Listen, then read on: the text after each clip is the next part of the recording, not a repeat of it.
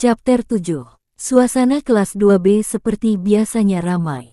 Hada masuk ke kelas melalui pintu belakang dan duduk di kursinya.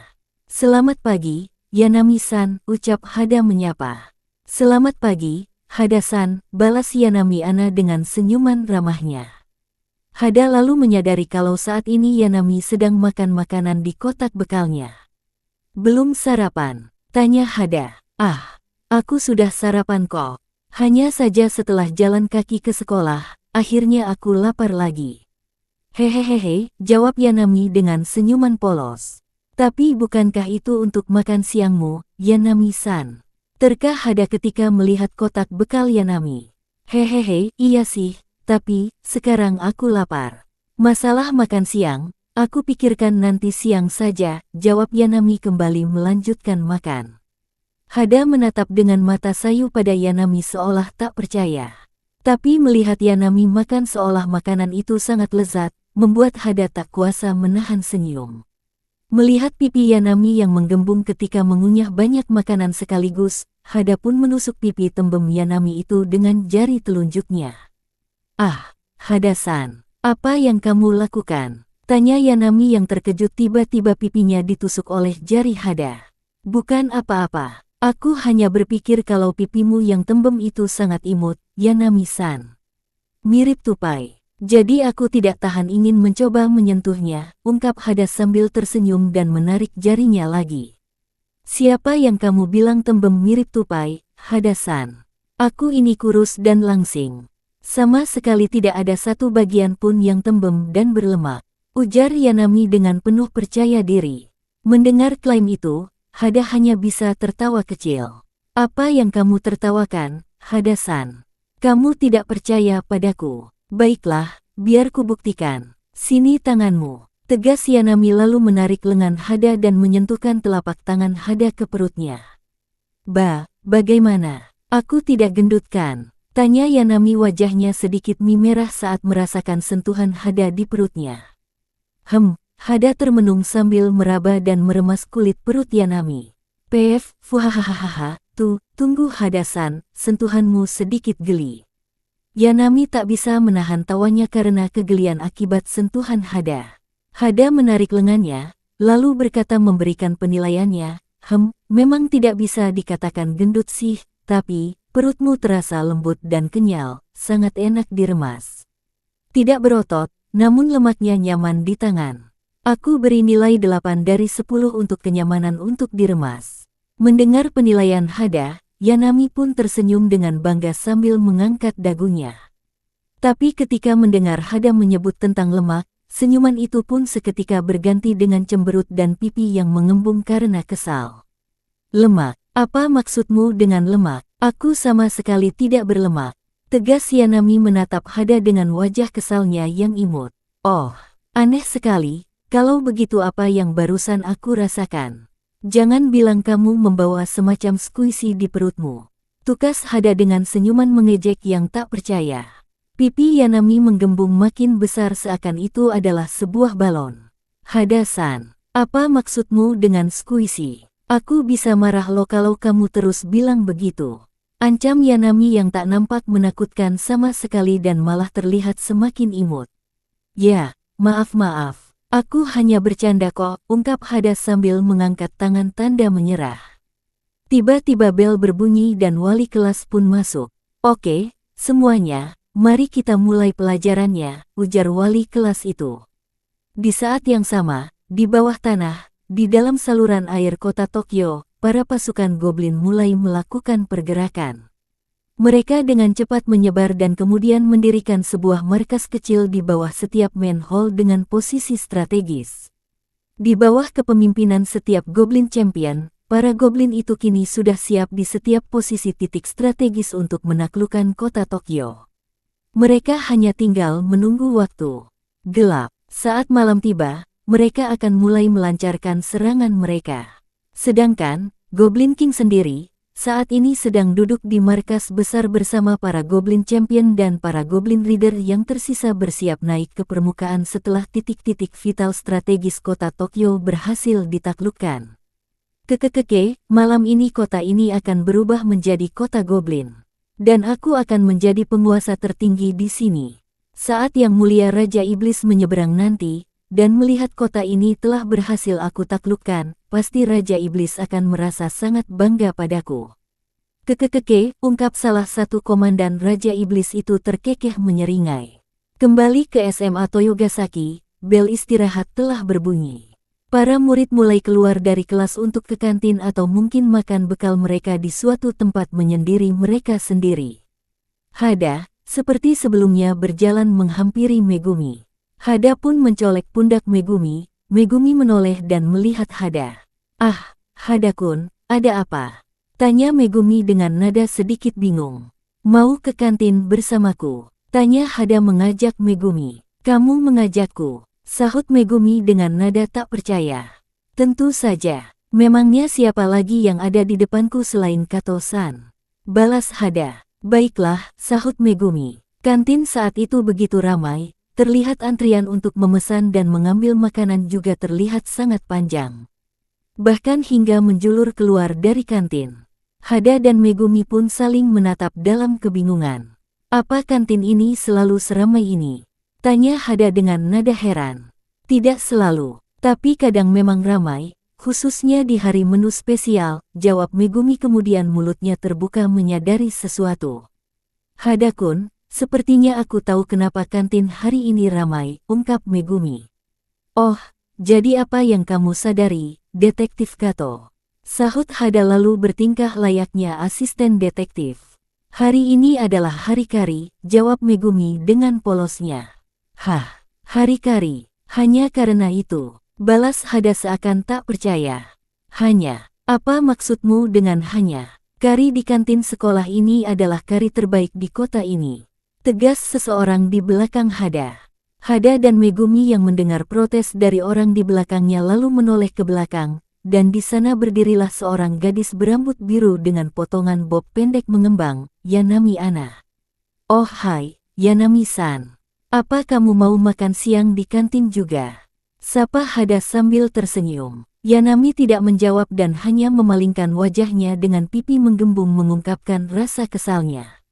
Setelah mengambil makanan mereka, Hada dan Megumi membawa nampan mereka ke bangku kosong di ujung meja. Hada dan Megumi duduk berseberangan. Nasi dengan kuah kari daging terlihat beruap di nampan mereka berdua menyebarkan aroma kari yang lezat. "Dari aromanya, sepertinya kari ini memang sangat enak," komentar Hada menghirup aroma kari itu. Megumi di seberangnya hanya mengangguk mengiyakan.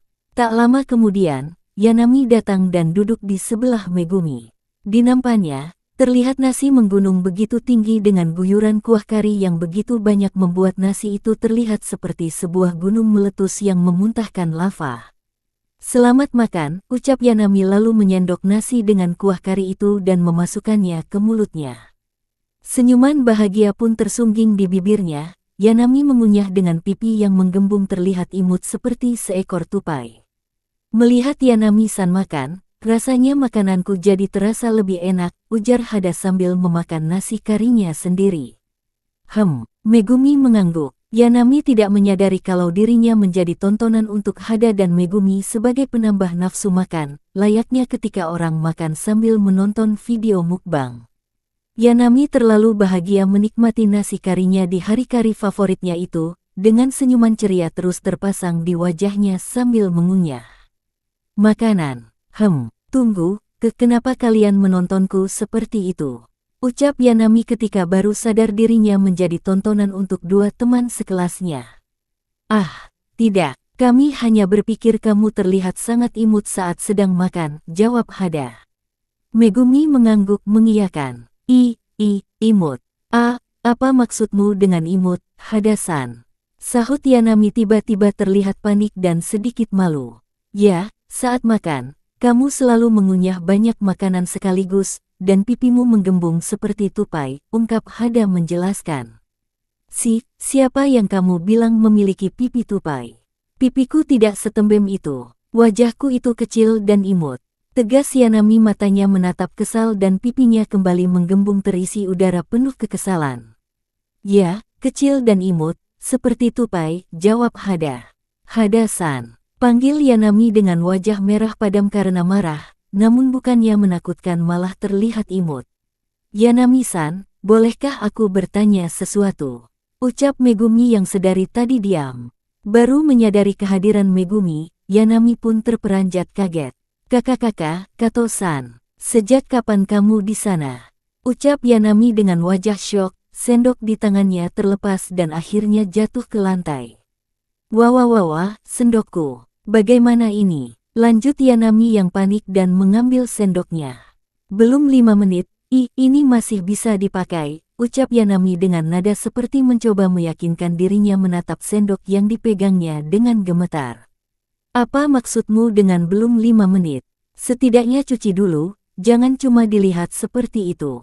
Atau kamu bisa minta sendok pengganti ke bibi kantin, gerutu Hada ketika melihat Yanami yang berniat memakai sendok yang sudah jatuh ke lantai itu. Maafkan aku, gara-gara aku yang tiba-tiba bicara, ujar Megumi wajahnya lalu terlihat sedikit murung. Ah, tidak Kato-san. Ini sama sekali bukan salahmu. Akunya saja yang ceroboh. Kamu jangan menyalahkan dirimu, Kato-san. Balas Yanami merasa tak enak setelah melihat wajah murung Megumi. Yanami lalu melihat sendok Hada yang nganggur karena Hada sudah selesai makan. Kemudian Yanami langsung merebut sendok Hada itu. Lihat, aku masih bisa meminjam sendok Hada-san untuk makan, ujar Yanami menunjukkan sendok yang direbutnya. Yanami lalu menyendok nasi karinya lagi, kemudian memasukkannya tanpa ragu ke mulutnya. Yanami-san, bukannya itu, secara tak langsung, ucap Megumi mencoba memperingatkan. Namun tentunya itu sudah telat. Yanami yang mendengar kata, tak langsung, akhirnya baru sadar dengan yang dilakukannya.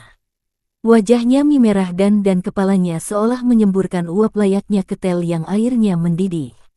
Yanami menarik keluar sendoknya, dan ia melihat sendok yang sudah bersih karena mulutnya tak menyisakan apapun di permukaan sendok itu, kecuali bekas liurnya sendiri. Berbagai pertanyaan pun meledak di dalam pikirannya. Ah, bagaimana ini? Sebelumnya ini adalah bekas Hada-san, dan sekarang aku melahapnya hingga bersih, bukannya itu artinya air liur kita bersatu. Bukannya ini ciuman tak langsung.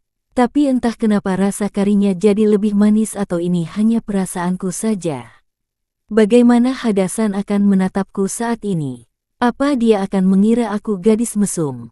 Gerutu Yanami dalam hatinya. Yanami lalu melirik, mencuri pandang ke arah Hada untuk melihat reaksi laki-laki di depannya itu. Tapi ia mendapati kalau Hada tetap bersikap tenang seolah semuanya biasa saja. Melihat wajah tenang Hada, Yanami sedikit tak menyangka. Tidak ada reaksi. Apa baginya ciuman tak langsung denganku itu bukan sesuatu yang istimewa? Gerutu Yanami lagi dalam hatinya. Yanami pun kembali menggembungkan pipinya menatap kesal pada Hada. Akhirnya Yanami melanjutkan makan nasi karinya dengan cepat. Dan tanpa waktu lama, nasi yang sebelumnya menggunung itu dengan cepat berubah menjadi daratan tanpa menyisakan satu butir nasi pun. Ah, puasnya. Nasi kari kantin ini memang benar-benar mantap, ungkap Yanami. Yanami lalu melihat sisa kuah kari di sendok yang dipakainya, dan tanpa ragu menjilati sendok itu hingga bersih mengkilap. Hada dan Megumi menatap Yanami yang terlihat sangat menikmati itu. Yanami menyadari tatapan Hada dan Megumi, dan menatap balik ke arah mereka dengan ekspresi bingung. Kenapa kalian menatapku begitu? Tanya Yanami. Apa kamu perlu sampai menjilatnya seperti itu? Tanya Hada dengan mata sayu. Ya, tentu saja. Aku tak boleh membiarkan setetes pun terbuang sia-sia, jawab Yanami dengan wajah bangga. Namun saat itu ia tiba-tiba teringat kalau sendok itu sebenarnya adalah sendok yang dipakai Hada sebelumnya, dan jawabannya tadi seolah memberi kesan ambigu tentang sendok itu. Maksudku kuah karinya. Jangan salah paham, ini sama sekali bukan karena ciuman tak langsung atau semacamnya. Tegas Yanami dengan wajah merah dan seperti akan meledak kapan saja. Tapi semakin Yanami menjelaskan semakin terdengar ambigu. Dan karena Yanami berbicara dengan suara lantang sebelumnya, kini mata semua orang di kantin itu melirik ke arahnya. Wajah Yanami makin merah karena malu saat menyadari itu. aku akan kembali ke kelas duluan, Hada-san. Kato-san. Tegas Yanami lalu kabur sambil membawa nampan dan juga 2 sendoknya itu. Sementara itu, di sudut ruangan, seorang gadis berambut panjang yang memakai bando putih menyaksikan semua interaksi itu. Menarik sekali. Ini bisa jadi bahan untuk sequel novelku. Menambahkan saingan untuk heroin, seorang gadis imut dan gengki yang mudah untuk digoda dan dijahili. Ah, inspirasiku seakan meledak. Aku harus segera menulisnya, ujar gadis itu lalu buru-buru menyelesaikan makannya dan pergi kembali ke kelasnya.